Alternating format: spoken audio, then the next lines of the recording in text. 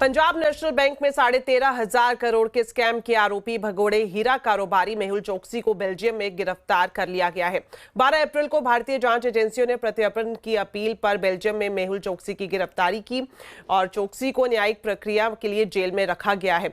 इधर भारत ने बेल्जियम के साथ चोकसी के प्रत्यर्पण की प्रक्रिया शुरू कर दी है। ऐसा माना जा रहा है कि चोकसी अपनी खराब सेहत का हवाला देते हुए जमानत और तत्काल रिहाई की मांग कर सकता है। बेल्जियम में गिरफ्तारी के बाद मेहुल चोकसी ने अपनी खराब सेहत का हवाला देते हुए कोर्ट में जमानत मांगी है। चोकसी ने यूरोप के सबसे महंगे वकील पॉल बिखायत और साइमन बिखायत को अपनी पैरवी के लिए लगाया है। मेहुल चोकसी जो गिरफ्तार हुआ है बेल्जियम में, ये बहुत अच्छी खबर है और as a whistle blower in this case, जिन्होंने अपनी जान पर खेलकर इसको एक्सपोज करने की कोशिश की इस फ्रॉड को, मेरी ये उम्मीद रहेगी अब कि सरकार उसको जल्द से जल्द देश में लेके आए और न ही उससे पैसे जो बैंक के साथ फ्रॉड किया उस पैसे की रिकवरी हो, जो दूसरे उसने अपने business partners, franchises, channel partners, suppliers के साथ फ्रॉड किया उसकी रिकवरी हो, जो एम्प्लॉयज का लॉस हुआ उसकी रिकवरी हो। साथ ही मेहुल चोकसी के मामले पर ईडी के पूर्व डायरेक्टर कर्नल सिंह का कहना है कि कानून के मुताबिक मेहुल चोकसी को भारत लाने में कोई दिक्कत नहीं होगी। भारतीय जांच एजेंसियों के पास चोकसी के खिलाफ काफी अहम दस्तावेज और सबूत मौजूद हैं। जो मेहुल चोकसी की गिरफ्तारी है, ये बहुत बड़ी उपलब्धि मैं कहूंगा, क्योंकि जो एक्सट्रेडिशन का प्रोसेस है वो बड़ा डिफिकल्ट प्रोसेस है। उस प्रोसेस में दो चीजें इन्वॉल्व होती हैं। एक तो पॉलिटिकल एंगल है उस कंट्री का और एक क्रिमिनल एंगल है, यानी जुडिशियल प्रोसेस है। तो पहले तो पॉलिटिकली लोग सेटिस्फाई होने चाहिए कि इस आदमी का हमें एक्सट्रेडिशन करना है। उसके सेटिस्फैक्शन होने के लिए एक तो ट्रीटी होनी चाहिए या इंटरनेशनल कोई कोवेनेंट हो। यहां बेल्जियम के साथ हमारी ट्रीटी है, पुरानी है लेकिन ट्रीटी एग्जिस्ट करती है। सेकेंडली, ड्यूअल क्रिमिनलिटी का कॉन्सेप्ट है कि वो चीज जो है क्राइम इंडिया में भी होनी चाहिए और उस कंट्री में भी क्राइम होना चाहिए। Only then they will agree कि उसको भेजें। तो उसकी गिरफ्तारी से एक चीज तो क्लियर होगी कि वहां की पॉलिटिकल जो पावर है वो तैयार है उसको एक्सट्राडाइट करने के लिए। ये हमारी जो डिप्लोमेसी है, हमारी जो गवर्नमेंट की डिप्लोमेटिक पावर है, उसको इंडिकेट करती है कि वो गवर्नमेंट जो है तैयार हो गई है कि एक्सट्रेडिशन का प्रोसेस शुरू करें। This was a political part. अब शुरू होगा जुडिशियल पार्ट। जुडिशियल पार्ट में उसको कोर्ट में प्रोड्यूस किया जाएगा, जहां पर उसके वकील भी लड़ेंगे, हमारी तरफ से उनकी गवर्नमेंट भी लड़ेगी। वक्फ के नाम पर शुरू हुई बंगाल में हिंसा मुर्शिदाबाद से फैलकर दक्षिण 24 परगना तक पहुंच गई है। दक्षिण 24 परगना के भांगर में वक्फ कानून के विरोध में प्रदर्शन के दौरान जमकर हिंसा, आगजनी और तोड़फोड़ हुई। इस दौरान उपद्रवियों ने पुलिस पर भी हमला किया। इसमें एक पुलिस वाला बुरी तरह से जख्मी हो गया। उपद्रवियों ने पुलिस वैन को भी निशाना बनाया। उपद्रवियों ने यहां आगजनी भी की और कई बाइकों को आग के हवाले कर दिया। वहीं पुलिस ने कार्रवाई करते हुए 9 लोगों को गिरफ्तार किया है। वहीं पुलिस के मुताबिक हमला करने वाले आईएसएफ के समर्थक थे। इससे पहले मुर्शिदाबाद में वक्फ कानून के खिलाफ भी जमकर बवाल हुआ था।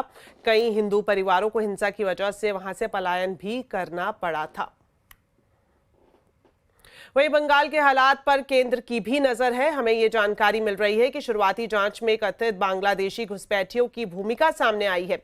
इस पर गृह मंत्रालय ने शीर्ष अधिकारियों से स्थिति का पूरा जायजा लिया है। गृह सचिव लगातार राज्य के डीजीपी और मुख्य सचिव के संपर्क में है। जांच एजेंसियों के मुताबिक बांग्लादेश के आतंकी संगठन अंसार उल बांग्लादेश टीम यानी एबीटी के स्लीपर सेल का हिंसा भड़काने में बड़ा हाथ हो सकता है। जांच एजेंसी के मुताबिक इस हिंसा की प्लानिंग लंबे समय से की जा रही थी। इस आतंकी संगठन के स्लीपर सेल के लोग भारत बांग्लादेश सीमा के पास बेहद सक्रिय हैं। वहीं दूसरी तरफ बंगाल की हिंसा पर योगी आदित्यनाथ का बड़ा बयान सामने आया है। उत्तर प्रदेश के मुख्यमंत्री योगी आदित्यनाथ ने दंगाइयों पर कड़ा प्रहार किया है। उन्होंने कहा कि दंगाइयों का इलाज ही डंडा है, दंगाई बिना डंडे के नहीं मानते। करिए 2017 के पहले के उत्तर प्रदेश को, हर दूसरे तीसरे दिन दंगा होता था। बहनों और भाइयों, इन दंगाइयों का उपचार ही डंडा है। बिना डंडे के मानेंगे नहीं। आप देख रहे होंगे बंगाल जल रहा है, वहां की मुख्यमंत्री चुप है, दंगाइयों को शांति दूत कहती है। अरे लातों के भूत बातों से कहां मानने वाले हैं।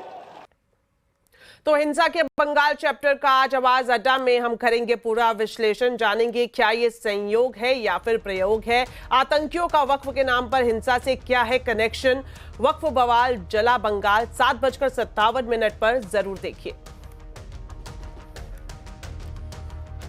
चलिए बढ़ते हैं आगे और आपको बता दें, बिहार चुनाव को लेकर दिल्ली में मल्लिकार्जुन खड़गे के आवाज पर आरजेडी कांग्रेस की एक अहम बैठक हुई है। सूत्रों का यह दावा है कि इस बैठक में सीट बंटवारे, चुनावी मुद्दों और सीएम के चेहरे पर बातचीत की गई है। बैठक के बाद तेजस्वी यादव ने कहा कि बातचीत अच्छे माहौल में हुई और बिहार में महागठबंधन की सरकार बननी तय है। तेजस्वी यादव ने यह भी कहा कि बिहार में महागठबंधन मुद्दों के आधार पर चुनाव लड़ेगा और उनकी तैयारी पूरी है। अगली बैठक 17 अप्रैल को पटना में होगी। वहीं मीटिंग के बाद मल्लिकार्जुन खड़गे ने भी एक्स पर पोस्ट लिखा। उन्होंने कहा कि इस बार बिहार में बदलाव निश्चित है। आज हमने बिहार के पूर्व उप मुख्यमंत्री तेजस्वी यादव से मुलाकात कर महागठबंधन की मजबूती पर चर्चा की। आने वाले चुनाव में बिहार की जनता को हम एक सशक्त, सकारात्मक, न्यायप्रिय और कल्याणकारी विकल्प देंगे। बीजेपी और उसके अवसरवादी ठगबंधन से बिहार को मुक्ति मिलेगी, ये भी मल्लिकार्जुन खड़गे ने लिखा है।